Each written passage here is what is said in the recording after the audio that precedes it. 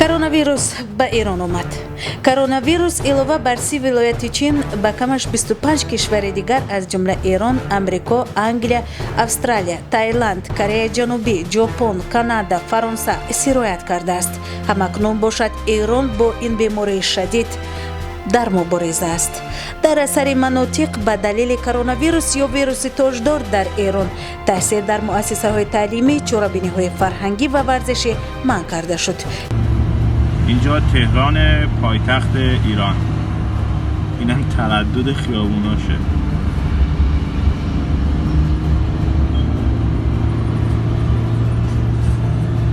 با سلام، همینجور که توجه میکنیم یکی از خیابونهای شلوغ شهر بابل بوده. هر سال این موقع خیابون خیلی شلوغ بوده، پر از ماشین بوده. همینجور که توجه میکنیم خیلی خالی، مغازه ها اکثرا بسته.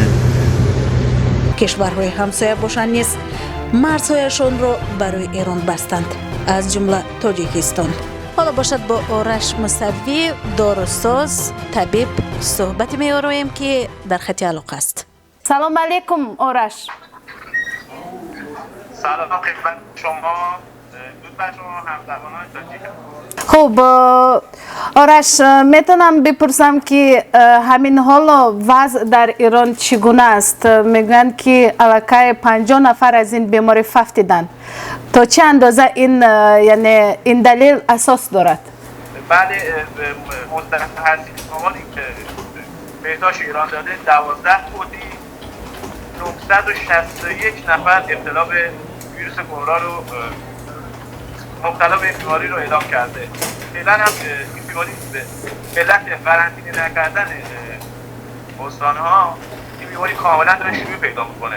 آرش، میتونم بپرسم که در کدام شهر شما اولا شده این بیماری یعنی رشد یافت؟ شما از کدام شهرتون بیشتر پیدا کردین؟ بله، در استان قم به صورت اینکه شهر مذهبی هم هستش. استان قم حدود نزدیک پایتخت ایرانه و حدود 3-4 روزی که این موضوع رو اعلام کردن که کرونا وارد این شهر شده. آماری که خود وزارت بهداشت دانشگاه علوم پزشکی استان قم گفته 12 نفر فوتیه.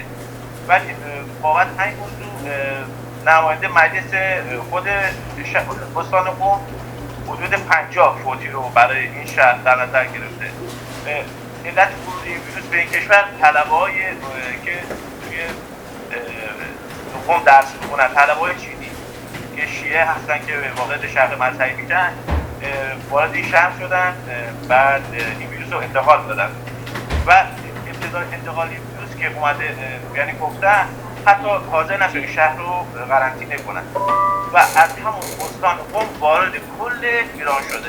یعنی از همه شهرهای ایران وارد کل شهرهای ایران شده. یعنی حال مردم با نقاب میگردن، یعنی با ماسک؟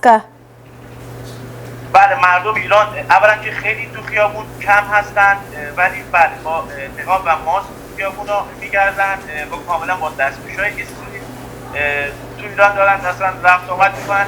خیلی از نظر حجم جمعیتی دیگه اون خدمت شما بگم که خیابونا شلوغ نیست. همچون طبیب خود شما هراس ندارین از این بیماری؟ ما که به حال خط مقدم این موضوع هستیم، بعد به حال باید خدمت رسانی کنیم. ما هراس نداریم، مردم ایران از این به هیچ از این موضوع هراس ندارن و این موضوع مقابله میکنیم به کمک مردم خوب تاجیکستان. سلامت باشین. اینک صحبت ما با این نفر انجام یافت و باید بگویم که سامانه Oila.tj همیشه پیگیر موضوعهای مبرم روز است. ما را ترک نکنید. Oila.tj صدرنگ زندگی.